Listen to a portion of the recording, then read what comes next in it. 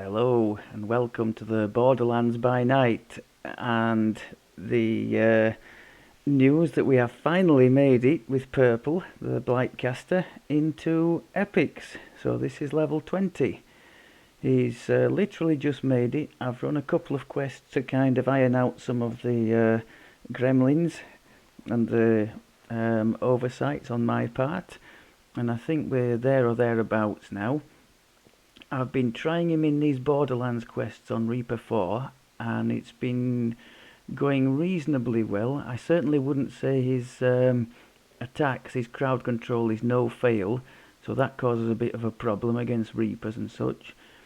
But he's been doing okay.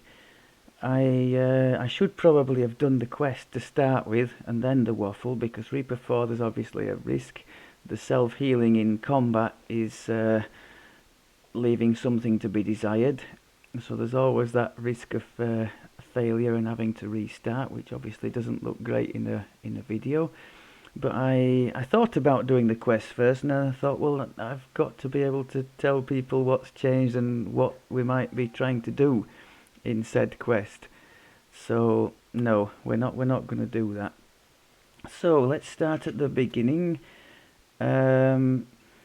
Equipment wise, I've changed very little, and one of these days I'll hit the right key to start with.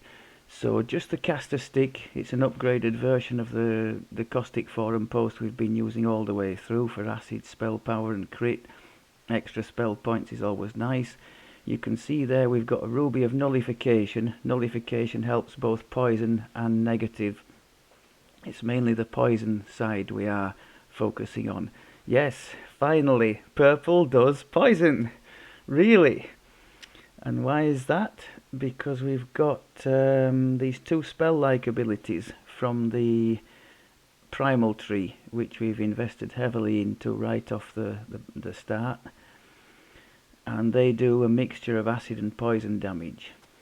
So what the main strategy is going to try to be, we'll debuff first with this poison spell, which when upgraded in the Blight caster tree applies to up to 5 targets, stripping poison immunity. Now I've found that I don't think this is accurate. This everything decays in the top of the Blight tree. It says only acid immunity is removed when you cast your acid spells, and I think that's true. I've tried these spell-like abilities on targets like Reapers, and they come up as immune to poison, and I don't think we can remove it by casting one of these on them. I think you have to try and remove it by using the poison spell, which is good because that means we're going to be making use of 2 of the unique Blight caster enhancements and spells, neither of which, this contagion and poison, would see much if any use, I don't think, in a standard druid build. So that's nice for the Blight caster flavour. While we're here, we might as well finish off the enhancements that we took. So as I said, I was going 6 in Vistani for the deflect arrows feat. Every 6 seconds we knock aside an incoming projectile. You could get the same effect as I mentioned from the Storm Rage spell. Is it Storm? There. Storm Rage spell. But that's on a relatively short duration, and you've got to remember to click it, which likely as not I wouldn't. You see some gaps here in the spells. I could have put in and tried some others. Rend the soul, that's a negative thing. But I'm not one for going too much into loads of different things on the bar. I think it gets confusing. One of the things that puts people off casters, in my opinion, is this vast array of different stuff they see on people's bars, you know, a spell for every occasion. I don't think you really need to do that. I think if we focus on our 2 big level 9 spells, the Acid Well and the Tsunami, support them with our cheap spell-like abilities, which we've now got the Master of Decay, the what is it? It's Creeping Death, isn't it? From the capstone in the Blight tree. So that's another nice spell-like ability, hitting several targets on a damage over time. So must remember to make use of that. Enhancements, I think that's more or less done. I put the Defiled Growth back on, partly because I didn't have too much else compelling to select in the tree, and partly because we've added back some negative spell power and crit between the nullification on the stick there with the purple augment, and I've added back the, if it'll, come on game, show us. It's not going to show us. Well, it's the silver thread belt that we were wearing earlier for negative and positive spell power and crit. Otherwise, on that caster stick, it's a 5-piece coalesced magic, just for the universal spell power really. There's one wisdom on there which helps us with our DCs, and a couple more universal spell power just to get the power up a bit. Speaking of which, we, outside of Reaper, we're on almost 500 for acid, 450 for force, and around 450 for poison and neg. We can boost those up further. There are potions of greater nihil, and greater erosion. That one I got from the portable hole, and this one from the potion seller in Jurasco, where you teleport into the Jurasco arcane shop or whatever it's called. Those stack with these potions of spell power, universal spell power, which you can use all these from 20, by the way, and the universal spell power you get from your commendations of valor. So you can just double click on those, and it should bring up a window. There we go. You see, potion of spell power for 35 of them. Now if you're worried about wasting these things on a consumable, I would definitely say go ahead. They last 10 minutes, as you can see there, and if you have a character who's playing at the cap and you're running elite or higher legendary quests, you're going to get rewarded with 80 plus of these at the end of every quest. So it's not going to be a problem to build up big stacks of those. So I would say go for it. So let's generate a few of those. Add them to our stock. While it's doing that,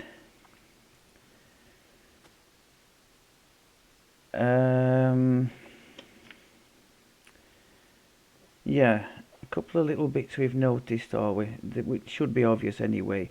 The earthquake and grasping thorns are very nice for blocking up doorways and things, just for holding those choke points in the game, and allowing you to then throw down your acid well into a big group of things. And also I noticed with interest that the contagion, this cackle fever thing that we're using, does stun wisps. So that's an interesting one.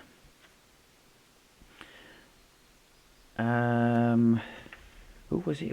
I think it was you, Doc. You were mentioning about the different options with the contagion and how thematically it fit well with the Blightcaster. You have 3 options if you didn't see my post and directing to the wiki. One is this contagion, which I prefer for the stun, but there's also a blinding one that you can do, and the third one is an acid damage over time, I think, called Slimy Doom, which I think matched well with your comment about acid reflux. But I'm using that just for the crowd control element. Okay, so that's the little potions to boost things up. I think in Reaper mode we can get up to about 550 acid and 500 poison, something like that, which isn't terrible. Speaking of Reaper, I'm going to leave, I think, these enhancements as they are, because I would have to take quite a few points out of here to go and get my 100 extra hit points. And unless we start dying horribly, I think there's at least 4, if not 5 DC to be had in this tree, between the extra DC there and the wisdom that's coming there. And that could be quite important in keeping us alive by making sure the Reapers get held with this cackle fever thing. So I think I'm going to leave it as is and see how we go on that score. Now if we can keep doing Reaper 4 up to the cap, we're going to make some nice, it's probably about 1,000 Reaper XP each quest for that. So we're going to make some nice points, maybe earn ourselves 1 or 2 more Reaper points, which would be nice.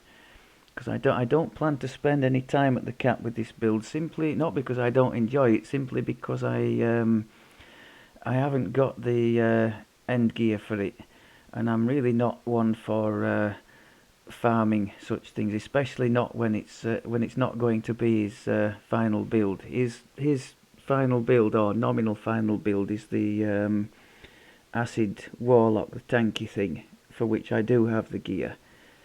So I think we're gonna TR in fairly short order. We mentioned that. So yes, to try and cut down a bit on the cost of the spells and things, we've got these 3 relatively low cost spell-like abilities here now. 2 from the primal tree, as I said, and 1 from the capstone in the Blight caster. So we should try to lean heavily on those and use the acid well and tsunami a bit more judiciously. That said, I really like those 2, just going in there and hammering with them, so that strategy will probably get blown out of the water. Just a quick look at the epics. What would be a good fit for this build? Well, I've thought all along the primal would be amazing. Look at this. It's boosting acid, force, poison and universal, so everything to be good for our build. The 2 spell-like abilities we've got here, going to be very good again. Both are acid and poison, so couldn't get closer synergy-wise for our build. I took Cocoon for a cheap out-of-combat heal. And also I think the 3 heals that we've got, all healing over time, all can tick together. So even in combat, if I start panicking and hit those 3, we should at least get some sort of boost there. Boosting up wisdom there, another couple of points. And we've gone for the mantle as well. I think perhaps the draconic one is better early on, but I've gone for this because I'm going to be, as soon as we get to level 23, we're going to be going up and taking evergreen, and then it's going to be really happy days because we're going to be able to maximize everything and not care finally about the spell points. Because that, if you haven't seen the warlock series where I discussed this is just so good. You start getting temporary spell points when you're in this mantle of nature, and it triggers very often, these temporary spell points on spellcast, I think, just random spellcast.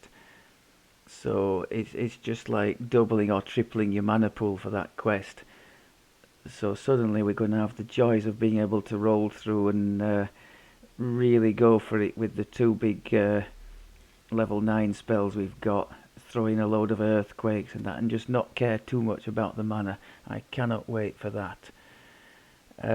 Other trees I thought might synergize reasonably well with the build. The draconic, obviously, because you get your bloodline acid plus universal spell power, so I've put 1 in there.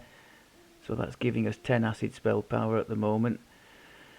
And Shadow Dancer, I thought, because we have evasion on this build, so we might like to boost the reflex save. You can see there we've got a possible +6 reflex save. There's a possible +3 there. Also in the cause we've got force and universal spell power, which isn't bad for us. I couldn't see. Oh, by the way, there's a +6 reflex saves to be found in the bottom of the Draconic as well, which would be very nice. I think we're sitting on 35 at the moment, which would be 41 in Reaper. It's not amazing going into Epic, I suppose. Could be better. I didn't see anything particularly compelling as a third Destiny otherwise for him that would fit. I thought about the Angel, but the Angel is positive fire, light. It really doesn't fit with our build.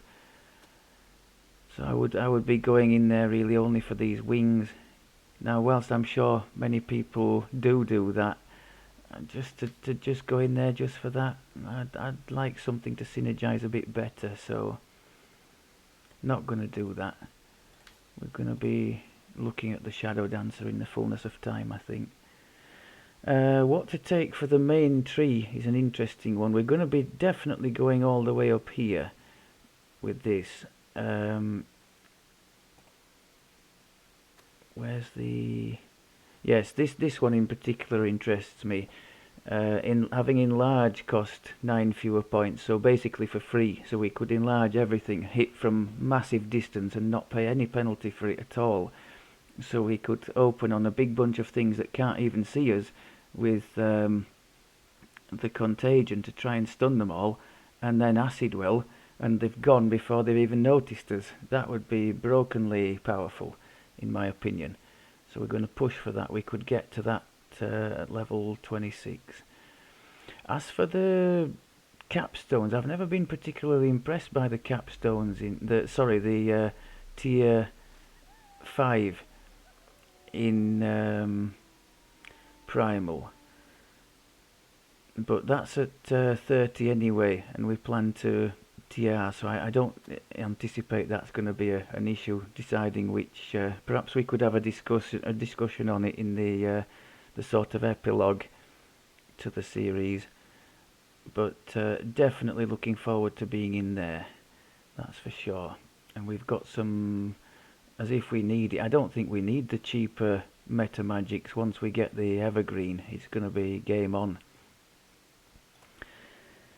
So that's the Epic Destinies, where we're at with that. Oh yeah, a small aside. Now, skills wise, we managed finally. You can see the main ones I've boosted: concentration, diplo, heal, spellcraft, spot. We managed finally to get the UMD up to mid-20s, and that means now we are able to just about use the teleport scrolls finally. And this would be the same for Raise Dead scrolls as well if they were needed. I used the reincarnate spell, but I think Raise Dead has the same difficulty as this teleport does. Now 45 is still pretty garbage. I use my goggles of persuasion to give an extra bonus to charisma skills, which UMD is 1, combined with greater heroism to get that up to 75, which, while not amazing, is functional at least. So we are moving around a bit better now. Right, we are standing here outside the Hobgoblin Caves. Oh, there's an extra note there. What's that? I think I've mentioned already. Yeah, I mentioned already that this everything decays doesn't seem to get rid of the poison immunities. So the strategy is going to be contagion for the hold, and then just go in with the poison and the 2 spell-like abilities, plus the the capstone from the Blight caster tree. See how we go on with that. Or maybe I'll just say what the hell an acid throughout everything. 10 seconds into the quest and the strategy just goes out of the window.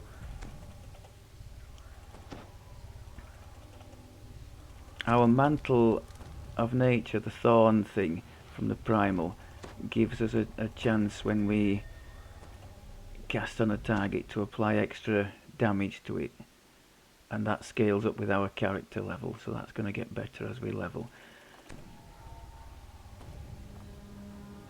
So we remember to trigger our extra negative and acid, and you can see now that in Reaper acid is 550, poison is up to 500, and the crit chance acid 45, poison is why is poison 14? What's going on there? Ah, I've made a mistake and switched the wrong belt back. Okay. So now poison 26, electric 24, which isn't bad either. We use that, cold 24, so we're in a good place. And the saving throws, as you can see, the reflex is on a 45, which, while not amazing, is not terrible either. The save now for acid well is up to a 56. For beginning epic, that's not too bad, I don't think. I think we'll get some things to fail on that. You enter the caves, determined to eliminate another threat to the residents of the keep.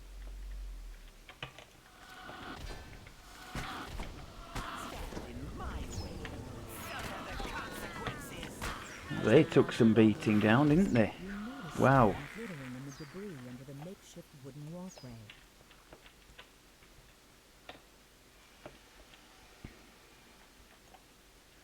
The lock on this stout door does not look pickable. The guardroom door opens with the squeal of Throw the earthquake down. rousing guards Two grasping thorns. Enemies are destined to fall.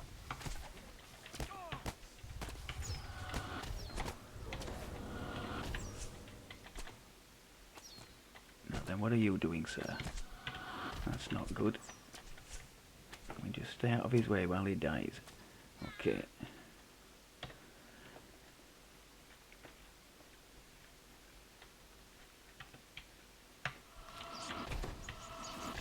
That was good. So for things that are immediately not immune to poison, we're doing heavy damage there.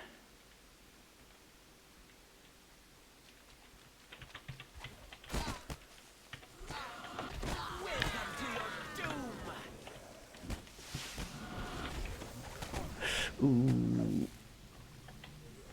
Okay.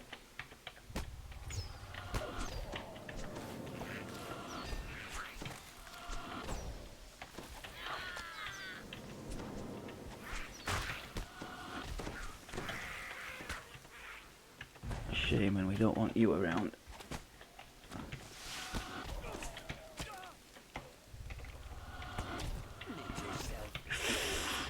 Oh! Making a mess.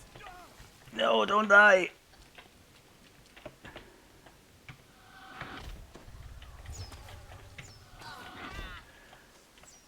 That's what I was meaning about the problems with the healing. We can't just press like the normal druid can, the one panic button, in that case the heal spell, and be jump back up straight away. But here you can see out of combat, you know, we're fine. We're not having to sit here for ages. So that change, I think, is really great. I think I'm being a victim here of trying to introduce this new strategy with these spell-like abilities, and not only am I wasting a truckload of spell points doing it, it's not being particularly effective, is it? I think what we could try to do, we could try and just take that poison off for the moment. We'll put that there. We've got those three. That can go in there for the Reapers. That's our electric thing. Tried to change too many things at once, I think. And we'll go back to the acid well and tsunami strategy, I think, for the main part.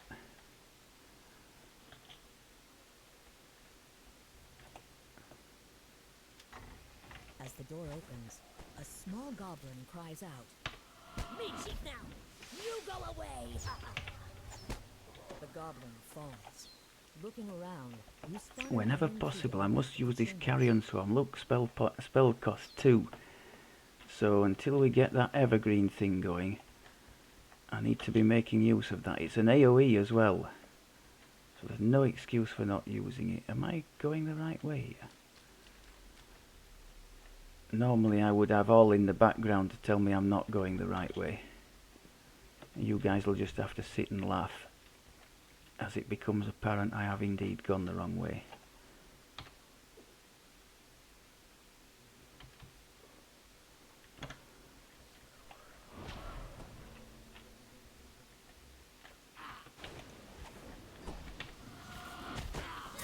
Now that's more like it, yeah.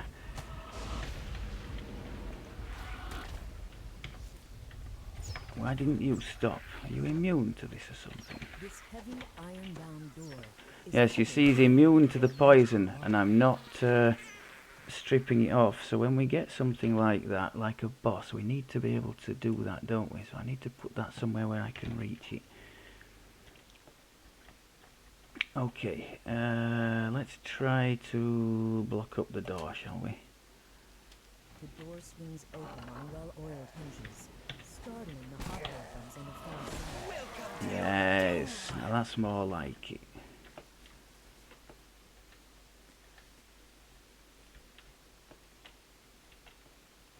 You hear the sounds of guttural These chant are all echoing fairly from well the chamber. spread out. What have I done there? Oh no, that's okay. Let's go and get that damn caster in the background. A magical barrier seals off the passage. Perhaps the magical runes on the wall are the key to opening it. Can we not stun him? It didn't look like it, did it? Oh yes, word of balance for the win. Okay. Yeah, out of this is just such a nice change. I can't begin to tell you, having struggled so much on Reaper, you know, with even out of combat, messing about, you know, for minutes on end, doing the or messing about calling a hireling to you. Just to have this, it's going to make the higher levels more accessible for many as well. Because if you have a character that doesn't heal that well, I mean, your only way would have been to mess about with a hireling. Whereas now, it's game on.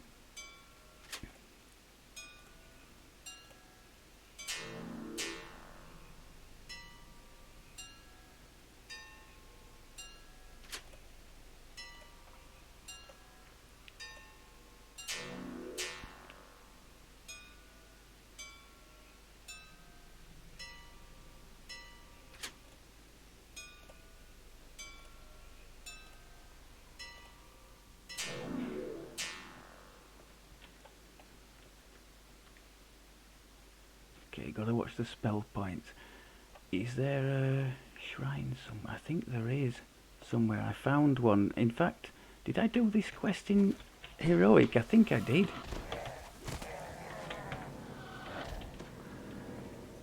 I think I'm guilty of repeating a quest we already did in Heroic, aren't I? I think I wandered off somewhere and found a shrine off to the side. Let's try and manage without doing that. That soul should help us.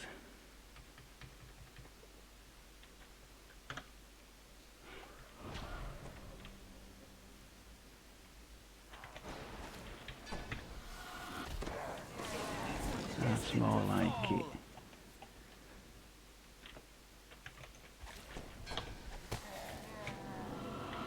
Yeah, we're rocking and rolling now, people.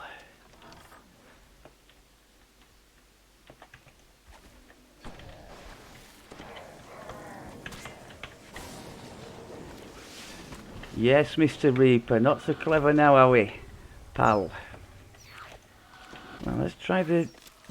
I've taken the poison immunity off him now, and yes, he's taking poison damage. So I must remember to use that. I think I'll get into the swing of that and just take a bit of... and it begs the question, what's going on with this? Is this description how it's meant to be? Is the everything decay is meant to remove poison and acid, or is it meant to just remove the acid and the description is wrong? I don't know. If it removed both, it would make things a hell of a lot easier for us. Would mean we didn't have to use this poison to debuff things, but also it would rather make this selection in the tree redundant. So I suspect it's that description that's wrong, and it's only the acid that should be taken away.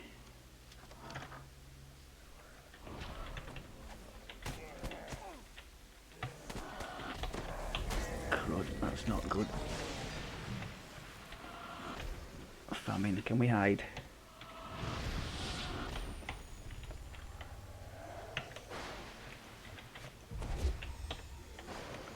Oh, no spell points. What the hell happened to our spell points? Oh my word. I'll have to try and kill him, or kill them with the lightning.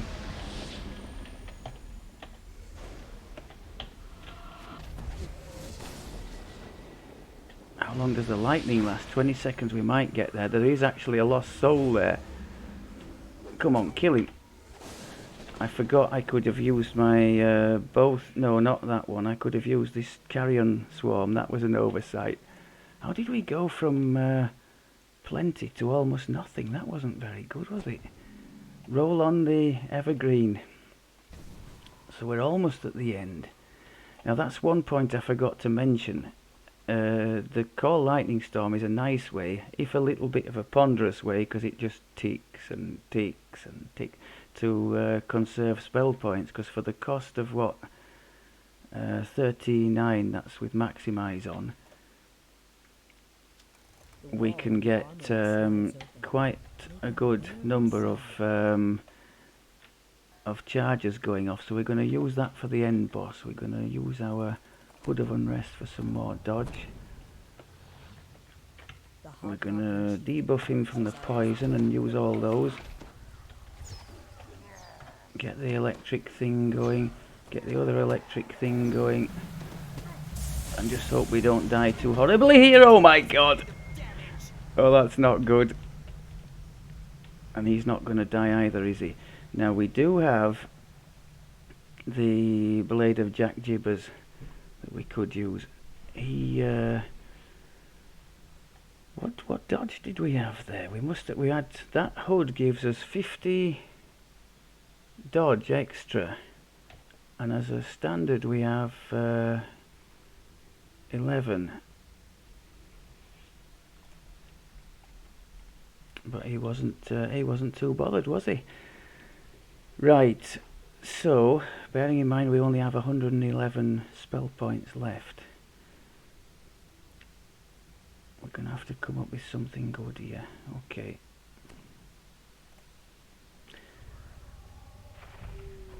Come on. In one piece, are we? Then let's continue.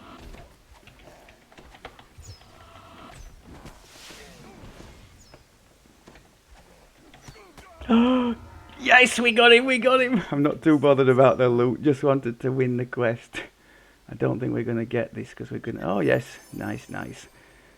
Okay, I think I've said all I was going to about the build and where it's at. I think you can see, apart from the usual being thirsty on spell points and me just being a bit of a mess between the spell-like abilities we've newly got and the level 9s that we were using before, I think I was trying to do too much and got kind of confused between the two at times.